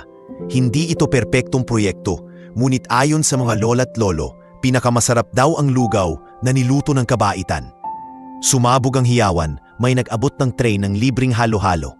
Sa gitna ng tuwa, lumapit si Jenny kay Anton. Sir, may request po ako. Sa susunod na Memory Cafe, pwede nating imbitahin yung nanay ko at iba pang magulang ng crew para makita nilang may kabuluhan ang trabaho namin. Napatango si Anton. Gagawin natin yan. Dadalhin ko rin ang mga anak ng ilang board member. Kailangan nila makita kung paano nagniningning ang kabutihan. Habang nagtatagay ng libreng salabat ang lahat, sumaglit si Jenny sa kitchen sink. Binuksan niya ang gripo, pinuno ang maliit na baso at tinitigan ang kumikislap na tubig sa ilalim ng ilaw ng exhaust fan. Sa likod niya, tuluyan nang naghalo ang tawanan ng crew at ang malamyos na tinig ng matatandang kumakanta ng Dahil Sa'yo sa video na tumutugtog sa monitor. Hindi pa tapos, sabi ng bulong sa dibdib niya, pero lalong luminaw ang daluyan. Ang baso ng tubig na hawak niya'y parang may sariling kinang. Alaala ng kahihiyan, simbolo ng paghilom, at pangako ng mas malawak pang alon. Malamig, sariwa, at muling hinarap ang silid na puno ng pag-asa. Sa darating pang mga araw, may haharang, may dududa, may magtatangkang kalusin ang proyekto. Ngunit ngayon, sa bahagi 6, nakalapat na sa matibay na batuhan ng pundasyon, datos, kwento, at pagkataong hindi naman liliit kailanman sa dignidad ng kapwa. At habang isinasara niya ang pinto ng kitchen upang sumali sa masiglang koro, humihiyaw ang puso niya ng simpleng pangako. Hindi na mauubusan ng tubig ng malasakit ang restauran na ito. Hanggat may uhaw na tao, patuloy kaming maghahain. Mainit na simoy ng Agosto ang dumampi sa mga salamin ng Villarrest Global HQ nang tumawag ang crisis line ng kumpanya. May naka-attach na PDF ang email, Formal Notice of Investigation mula sa City Hall. Binabatikos ng ilang konsehal na naghahasik daw ng health risk ang libreng pagpapakain sa matatanda sa loob ng komersyal na establishmento. Nang mabasa ni Anton ang liham, kumulo agad ang sikmura niya. Hindi na batikos sa social media ito, kundi opisyal na pag-uusig. Ano pa bang kailangan nilang ebidensya? Napapailing niyang tanong kay Jenny habang nagtatakda sila ng emergency huddle sa conference room. Kapapasok pa lamang niya galing night shift sa ospital. Maghahakbang siya pero tuloy-tuloy, dala ang bagong chart ni Lola Pilar. Stable ngunit kailangang i-enroll sa mahaba-habang cognitive rehab. Sa mesa, nakaupo sina Mr. Uy at Miss Alcantara, pati bagong salta sa board na si Attorney Quintos. Corporate Counsel, may dalawang issue. Banggit ni Quintos, malamig. Una, complaint ng ilang food safety inspectors. Posibleng cross-contamination dahil gumagamit daw tayo ng adult diapers ng pasyente sa dining zone. Kahit pa sealed garbage bin ang gamit nyo. Pangalawa, alegasyong labor violation. Sinasabing napipilitang mag-extra hours ang crew na walang overtime pay. Sumiklab ang mukha ni Jenny. Hindi po totoo ang pangalawa. May consent form at OT sheet silang lahat. Pero alam niyang sa batas, hindi sapat ang katotohanang alam mo. Kailangan mo itong patunayan sa papel. At minsan, kailangan mo ring ipakita sa taong sarado ang loob. Tiningnan siya ni Anton. Ang ebidensiya't ebidensiya, wika nito, tilang pinong martilyo ang tinig. Jenny, handa ka bang pangunahan ang audit walkthrough bukas? Kakailanganin nilang makita mismo kung paano tayo nag-iingat. Sumikdo ang sikmura ni Jenny. Naalala niya ang unang araw na tumayo siyang tagapagsanay. Noon takot siyang mapahiya. Ngayon, nakataya ang mismong proyekto. Pinindot niya ang tinig. Handa sir, pero may isa pa akong hakbang. Kailangan kong kausapin ang mismong mga lolo't lola na nagsisilbing benepisyaryo. Kung sila mismo ang maglalakad sa harap ng konseho, mas titimo ang kwento kaysa spreadsheet. Nag-angat ng kilay si ating Quintos. Testimonial approach? Posible, pero dapat mabrief sila. Alalahanin niyong may demensya. Baka ma-misquote. Tumango, si Jenny. Sa dibdib ay di mapigilang hagulgol ng kaba. Pero ang kamay niyang minsang nanakit, marunong nang humawak ng tapang. Hating gabi, ospital. Binalikan muna ni Jenny si Lola. Sa dim na ilaw ng kwarto, bumababat, tumataas ang dibdib ng matanda. Sa mesita, nakapila ang mga laruan na ginagamit sa therapy. Simple blocks, picture cards ng prutas. Nataupo si Jenny sa tabi. Hawak ang kamay ni Lola. Nay, bulong niya, kailangan po naming magpaliwanag bukas sa City Hall. Pwede po ba kitang isama? Dahan-dahang iminulat ni Lola ang mata. Tila naglalakbay pa rin sa pagitan ng alaala at nayon. Paliwanag? Sa karinderya ba yan, iha? Ngumiti siya, bahagyang malabo. Nung bata pa si Anton, takot siya sa konsehal na laging humihingi ng libreng pagkain. Tumawa si Lola, halos bumalik ang tilamsik ng dati. Sabi ko, anak, kung kaya mo namang magbigay, ibigay mo, basta wag kang magpapi. Tumulo ang luha ni Jenny. Yan din po ang gagawin namin bukas. Sa koridor, nasalubong niya si Anton, hawak ang pinirmahang medical clearance. Pwede si Lola sa isang oras na paglabas, basta may nurse. Ihahatid ko, sabi niya, bahagyang hapo pero may ningning ang mata. Umaga ng hearing. Nagsimula ang pagdinig sa silid-bulwagan na amoy kape at politika.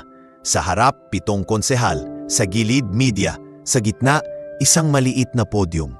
Nauna si Attorney Quintos, nagpresenta ng hygiene SOP, tipong clinical. Sumunod si Mr. Uy, naglatag ng financial compliance. Ngunit halatang kulang pa rin. Nakapulupot pa rin sa noo ng ilang konsehal ang hinala. Ipaliliwanag po ng aming lesson, wika ni Anton, at lumapit si Jenny, dala ang rolling cart na puno ng sealed meal packs. Huminga siya, nilasap ang takot, at nagsalita. Magandang umaga, ako si Jenny Ramos, dating waitress na nagkamali. Hindi ko po ide-deny, ako yung nasa CCTV, pero ngayong araw, kasama ko ang babago sa pananaw ninyo. Kumaway siya sa pintuan. Umasok si Lola Pilar, naka-wheelchair kasama ang nurse at si Grace. May maliit na apron na bulaklaking nakatali sa leeg ng matanda. Nagpapaalala sa karinderya noong 80s. Napabulong-bulong ang media. Siya yung Lola. Konsehal, sabi ni Jenny. Ito po si Ma'am Pilar Villar, may-ari ng unang karinderyang naging ubod ng Villarest. Siya po'y may Alzheimer's. Ngunit hindi niya nalilimutan ang kahalagahan ng pagkain para sa bawat Pilipino. Pag may nagugutom, bisita raw ng Diyos. Humikab ang bulwagan sa katahimikan. Lumingon si Lola, nag-search sa mukha ng mga konsehal. Biglang tumayo si Konsehal Sarmiento, isa sa pinakakontra sa programa. Matagal ko nang kilala ang karinderyang yon, aniya, pero hindi ibig sabihing ligtas ibahagi ang dining area sa medical waste.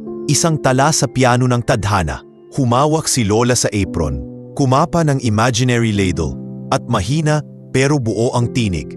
Anak, ang karinderya nun, walang basurang hindi kayang linisin ng tubig at puso. Napaiyak si Anton, si Jenny, pati ilang taga-media. Hinawakan ni Jenny ang papel. Narito po ang sertifikasyon mula sa DOH. Lahat ng sanitarily hazardous waste ay nakaklasify. Tinatapon sa yellow bins. Kinukuha ng accredited hauler. At heto po ang logbook ng overtime pay. Nakapirma lahat ng crew. Inabot niya sa konseho, mahigpit ang paghawak. Hindi lang papeles, kundi pruweba ng bagong pagkatao. Tumagilid si Sarmiento. Ngunit bago pa man makapagtanong, tumayo si Mang Victor. Nilalagnat ang tuhod, pero pursigidong pumunta. Ako po, sabay saludo. Dating guro, dito ko lang uli naranasan, mapakinggan ang leksyon ko sa pag-asa. Kung pupwede po, Huwag ninyo kaming ipagkait sa lugaw at yakap na pilit naming hinahanap limot. Pumalakpak ang ilan sa gallery. Sa huli, nagkaroon ng butuhan. 4-3, pabor sa pagsuspende sa investigasyon at payagang magpatuloy ang programa sa kondisyon ng quarterly audit. Napayakap si Jenny kay Grace. Napaluha si Anton habang inakbayan ni Lola na tila wala ng bigat. Ngumiting parang batang nanalo ng sipa. Gabi, rooftop gathering. Para ipagdiwang, naglatag ang crew ng munting salusalo sa rooftop. Pansit, turon, at pitsil ng malamig na tubig sa gisag at paalala. Dumating ang ilang konsehal na pumabor, nagpaabot ng suporta. Ang columnist na si Carlos Kasama nag-tweet ng Victory for Dignity. Para sa unang pagkakataon, mas puno ng papuri ang feed kaysa puna. Sa gitna ng lamig ng hangin, tumayo si Jenny, hawak ang baso. Hindi pa po tapos ang laban. May audit pa bawat 3 buwan. Pero natutuhan ko, hindi kailanman mali ang tumaya sa kabutihan. Kahit ilang patikos, basta totoong tao ang pinagsisilbihan, lulutang at lulutang ang katotohanan. Itinaas ni Marvin ang baso, sumabay ang buong crew. Sa tubig na nagturo sa atin, pak, nagklink, nagpatak ng ilan sa simento, para raw sa lahat ng lolo't lola sa lansangan na hindi pa naaabot ng Memory Cafe. Sa gilid, nakaupo si Lola, nakatingala sa kalangitan, nagbibilang ng bituin, o baka alaala. Hinaplos ni Anton ang balikat niya. Lola, hindi nila kami pinasara. Kumurap ang matanda, mumiti. Sabi sa iyo anak, basta may tubig at puso, may pag-asa. Pag-uwi ni Jenny sa bed space, dala niya ang kopya ng resolusyon ng konseho. Pinagmasdan niya ito sa mesa, sinuklay ng tingin ang pirma ng 7 opisyal. Inilapit niya ang baso, pinuno ng malamig na tubig at tumitiktik ang patak mula sa pitsel. May bahagyang ngiti siyang ipininta sa salamin. Nakarating tayo dito. Tiningnan niya ang sariling refleksyon, hindi na waitress na nakakadena sa kota, kundi tagapaghatid ng dignidad. Pinikit niya ang mata at nagdasal. Isang bahagi na lang at tatakbo na mag-isa ang proyekto. Pagpalain niyo po ang bawat patak ng tubig na ipapasa pa namin. Naway maging dagat sa susunod na henerasyon. Sa labas ng bintana, umuulan ng mahinay. Parang nag-ugong ang lungsod sa himig ng ulan. Pero sa pandinig ni Jenny, iyon ay masayang palakpak mula sa langit. Parang sinasabing, ituloy mo, anak, ilang patak na lang at lulubog sa hiya ang anumang paghamak. Makalipas ang 8 buwan, mula nang makalusot sa pagdinig ng konseho, naging malaki ang pagbabago sa buong Villares chain.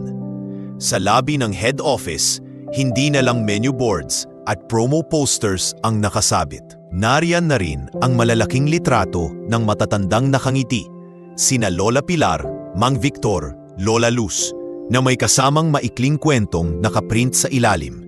Kada order mo may kasamang pag-alala. Ngunit ang pinakamahalagang palatandaan ng tagumpay ay makikita tuwing Huwebes ng hapon. Sa bawat branch, may mahabang mesa na nakalaan sa Memory Cafe. Laging may nakapilang basong tubig sa gitna, parang paalala ng munting pangyayaring nagbukas ng lahat. 3 inspektor na ulit ang magkakasunod na dumating ngayong taon, at sa tuwing lumalabas sila, laging may parehong obserbasyon. Malinis, sistemado at higit sa lahat, makamadamayan. Miss Ramos, formal na bati ng pinakabagong auditor na si Engineer Gutierrez matapos niyang silipin ang disposal log. Hindi ko akalaing posible ang ganito sa loob ng commercial kitchen. Separate sink para lang sa adult care utensils, color-coded na chopping boards, at may dementia-friendly menu guide ang bawat crew. Nakakabilib. Mumiti si Jenny, marahan ngunit may kumpiyansa. Nagkamali kami ng minsan sir, kaya bawat detalye ngayon may dobleng check at ukit sa puso. Sa kabilang bahagi ng dining area, dinadala ni Grace ang isang plato ng malabnaw na champorado sa mesa ni Lola Pilar. May NG tube pa rin, paminsan-minsan, ang matanda, ngunit sa araw na ito, nakasuot siya ng floral na blusa. Nakapulupot sa balikat ang manipis na makopa, pink na shawl na regalo raw ni Anton noong anibersaryo ng kanilang karinderya. Kapansin-pansin na tumahimik siya saglit, parang may pinipiling salita, tapos hinaplos ang kamay ni Grace. Iha, pakisabihan mo si Anton, masarap pa rin ang lugaw niya. Mahinang wika ni Lola. Huwag niyang kalimutang pakainin ang sarili niya. Tumango si Grace, inigilan ng luha. Opo, Lola. Darating po siya maya-maya at dumating nga si Anton ilang minuto bago mag-alas 3. Kapapasok mula sa isang investors forum kung saan inilahad niya kung paano nakapagbigay ang Project Pilar ng mahigit 150,000 meals sa matatanda sa loob lamang ng 8 buwan, kasabay ng 12% kumulatibong paglago sa off-peak sales. Sa kanyang suit lapel, nakasabit ang maliit na enamel pin, gintong baso ng tubig na may simpleng puso sa gitna. Kung dati walang oras tumigil, ngayon ay lumalabas siya tuwing memory cafe para magserbisyo ng personal. Kahit simpleng pag-abot ng tubig. Lola, bati ni Anton, hinalikan ng noon ng matanda. May bagong branch na naman tayong magbubukas sa Davao. Hinihingi nila yung recipe mo ng lugaw na may luya at pandan. Kumindat si Lola, bahagyang pilya. Sekreto yon, anak, pero pwede kong mag-donate sila ng mas maraming meal. Napahalakhak sina Jenny, Grace at ang ilang crew na nakarinig. Sanay na sa kakaunting sandaling malinaw ang memorya ng matanda, pero laging sumasapol sa puso. Bilang pag-alala sa kaarawan ni Lola, tinatayang ika-70 ayon sa lumang baptismal record. Inilunsad ni Jenny at ng marketing team ang micro-initiative na tinawag nilang Pila ni Pilar. Isang roaming food cart na naglilibot tuwing gabi sa mga kalyeng may maraming pulubi. Sa tuwing bibili ang customer ng water plus pandesal combo, may katapat itong libreng merienda para sa street seniors. Ang una nilang biyahe ay sa Quiapo at kasama mismo si Jenny. Si Marvin ang nagmaneho ng maliit na e-truck. Si Leo ang nag-livestream. Walang engrandeng ribbon cutting, ngunit nang pumila ang 100 matandang palaboy at binati sila ng "Salamat anak", parang pumailan lang sa hangin ang palahaw ng tagumpay. Imagine, bulong ni Marvin habang binibilang ang meal stub sa dulo ng shift. Kung ganong kadali pala magpadami ng kabutihan, bakit na yun lang natin ginawa? Napangiti si Jenny. Minsan kailangan mo munang masaktan para maintindihan ang hapdi ng iba. Paglingon niya, nakita niyang nagtyping si Leo. From spilled water to flowing grace. #Pila ni Pilar first night success. Sa loob ng ilang minuto, libu-libong views ulit ang dumaloy. Ngunit hindi lahat ng araw ay masaya. Isang umaga, habang nasa rehab session si Lola, bigla siyang nag-seizure. Agad siyang dinala sa ICU. Sumugod si Anton at Jenny. Buong magdamag, nagbantay sila sa tabi ng kama. Kaharap ang monitor na malakas ang beep. Sa tuwing tataas ang BP, 10:00 ng gabi. Lumapit ang urologist. Critical pero stable, paliwanag niya. Marupok na pumasyago ang ilang bahagi ng utak. Anumang oras pwede siyang bumitiw o pwede ring makarecover ng ilang linggo. Tumayo si Anton, hawak ang kamay ni Jenny na nanginginig. Kung sakaling, kailangan nating tanggapin, bulong niya, nangingilid ng luha. Pero kung may hihilingin man si Lola, sigurado akong hindi huminto tayo. Lumapit si Jenny sa ulo ng kama, hinaplos ang buhok ni Lola. Lola, mahinang bulong niya, kung gusto niyo magpahinga, nandito lang kami. Pero kung lalaban pa kayo, may lola pa kaming dapat bigyan ng lugaw bukas. Napapikit si Lola, parang sumasang-ayon. Maya-maya, bumagal ang heart rate alarm sa normal na tunog, bahagyang guminhawa ang dibdib ng lahat. Sa puntong iyon, naisip ni Jenny na anuman ang mangyari sa katawan ni Lola, buhay na ang binhi na naitanim niya, sa loob nila at sa loob ng kumpanya. At kung sakaling pumanaw man siya, magiging tungkulin nila na hindi hayaang mamatay ang kwento. Isinara ni Jenny ang pinto ng pinakabagong branch sa Cebu matapos ang unang memory cafe sa Visayas. May tarp na may malaping mukha ni Lola, nakangiti, at sa ilalim nito ang slogan, "Hindi ka pulubi sa hapag ng may malasakit." Sa tabi niya, nakatayo si Marvin, ngayon ay Regional Care Manager, habang si Grace ang Operations Lead ng Pila ni Pilar Carts sa buong Luzon. Si Leo naman ay opisyal ng Content Director ng CSR Division.